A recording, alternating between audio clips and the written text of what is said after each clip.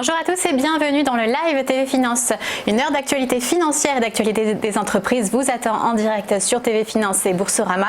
Nous sommes le vendredi 21 juin et tout de suite un coup d'œil sur le programme de cette émission. L'entreprise du jour apporte la solution aux restaurateurs pour servir du vin au verre, toujours à bonne température grâce à une machine innovante. Il s'agit de Invineo et Thierry Tacheny, son CEO, sera en plateau avec nous.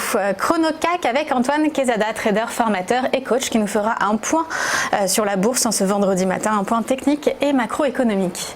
La synthèse hebdomadaire d'Éric Galliègue, la synthèse critique des temps forts de la semaine de l'actualité économique et financière.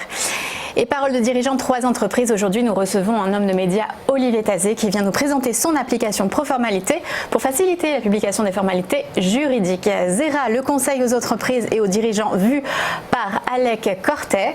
Et enfin, dernière entreprise du jour, Aston ETF, le credit management à l'heure du digital. Nous recevons Amaury Delalance, son fondateur.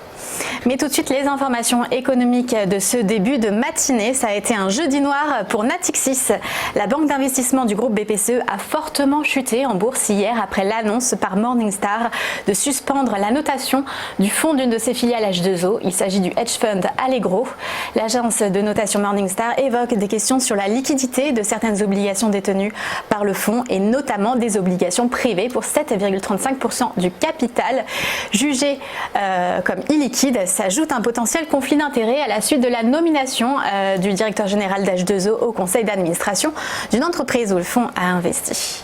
Le titre Natixis a clôturé en baisse de 11,76% à Paris à 3,48 €, signifiant ainsi la plus forte baisse de l'indice SBF 120. La société H2O, elle devrait faire connaître prochainement sa réponse.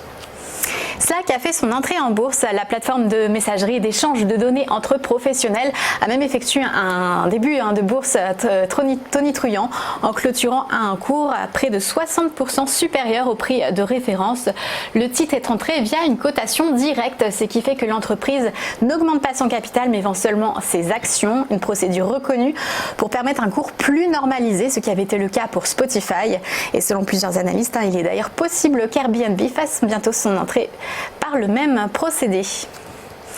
Et au Maroc, on célébrait hier la première nouvelle usine de l'ère Tavares. PSA a donc inauguré une toute nouvelle usine ultramoderne implantée au nord de la capitale Rabat à Kenitra. C'est une usine ayant une capacité de production théorique de 200 000 véhicules à terme, soit la plus grosse pour le groupe en dehors de l'Europe et de la Chine. Les premiers modèles usinés sont les versions les moins chères des Peugeot 208, soit des versions low cost destinées à l'exportation mais aussi à reconquérir des marchés plus locaux. Carlos Tavares précise que Kenitra se veut aussi une plateforme parfaite pour reconquérir les marchés africains et moyen-orientaux.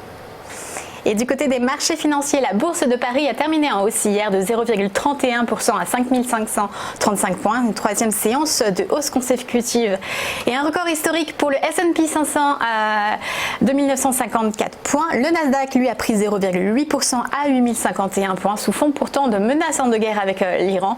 Et ce matin, le Nikkei finit en baisse, lui, de 0,91%. À suivre aujourd'hui, tout spécialement, les indices PMI pour la France, l'Allemagne et l'Union européenne. On se retrouve tout de suite.